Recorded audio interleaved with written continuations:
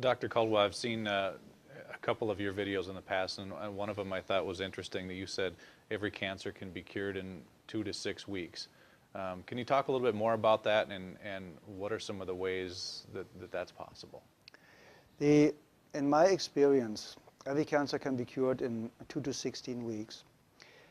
Some cancers can be cured in minutes because every doctor in the world that's in office for 20 years or longer knows cases of spontaneous healing. There's even a book out called Spontaneous Healing by a guy I really don't like, and just stating that there are cases of spontaneous healing. That means if it's possible, we just have to find a way to access this. That's number one. So we all know about these. It also happened very often when people go to Lourdes or to these religious places, and it's not really the place that cures them, it's the expectation and the way to that place that cures them.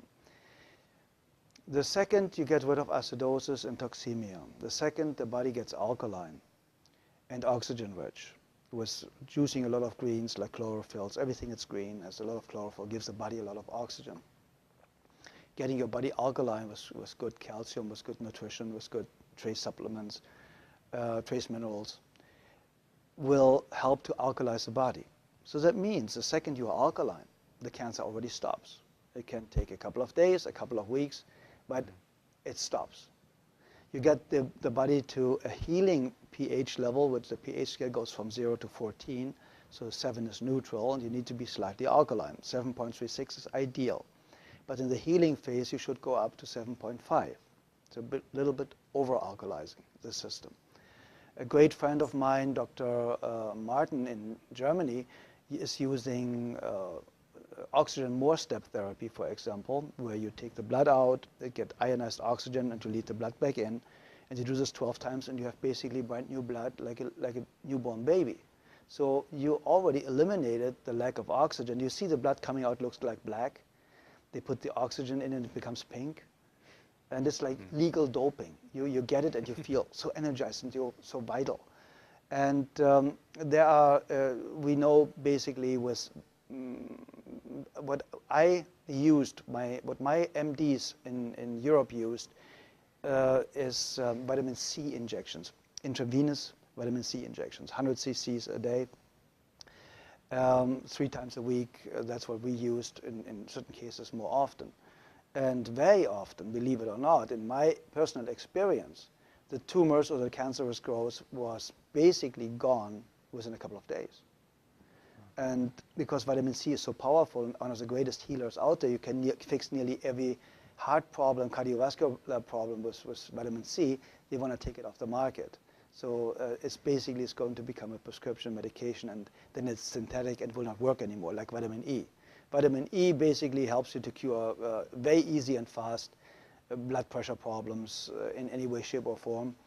That's why they made a study with artificially created vitamin E, chemical created vitamin E, said, see, it doesn't work. No, of course not. Chemicals don't work. Nature works. If nature creates a problem, nature creates a solution. Very simple and easy. If it didn't exist 100 years ago, you don't need it today. It's very, very simple. And when you want to help somebody to educate themselves, to eliminate his or her own cancer really, really fast, I would basically start instantly with a vegan diet or with a raw food diet. My friend Paul Nissan is one of the greatest raw food chefs. He has fantastic books out there about raw food, so it's accessible for a couple of bucks how to do it. He has free videos all over his website. And I would go instantly on a raw food diet. I would go make sure, if I don't have a very rare kidney disease, to drink a gallon of water a day with half a teaspoon of sea salt in it a day, because we need salt for every body function. We need electricity. And this electricity can only be produced with enough salt, basically. So if you have a lack of salt, you have a blood pressure problem. See, and we're not supposed to have salt, though, too, especially if we have high blood pressure. That's what we're told. Okay, it's the opposite.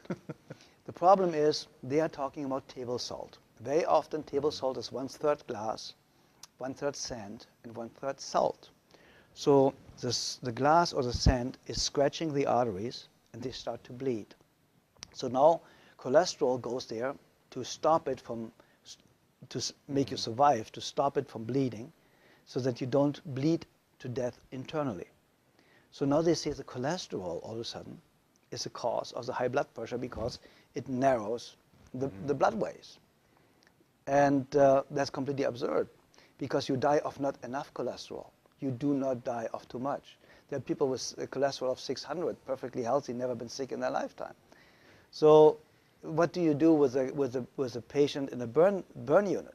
You give them 20 to 25 hard-boiled eggs a day, because they know only cholesterol can rebuild brand new healthy cells really, really fast. Nearly 87% of a cell is built from cholesterol. So where does the new cell potential or foundation come from if you have a lack of cholesterol? Everybody should have at least 250 combined cholesterol.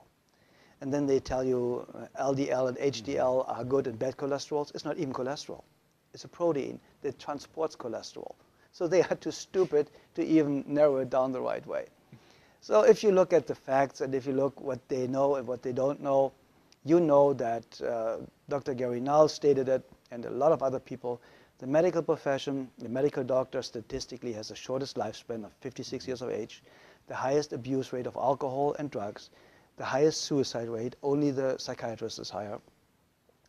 And so you go to somebody that has the lowest lifespan, highest suicide rate, highest drug abuse rate, to ask them how to have a healthy, happy, long life. Yeah. I think we should rethink our way of thinking.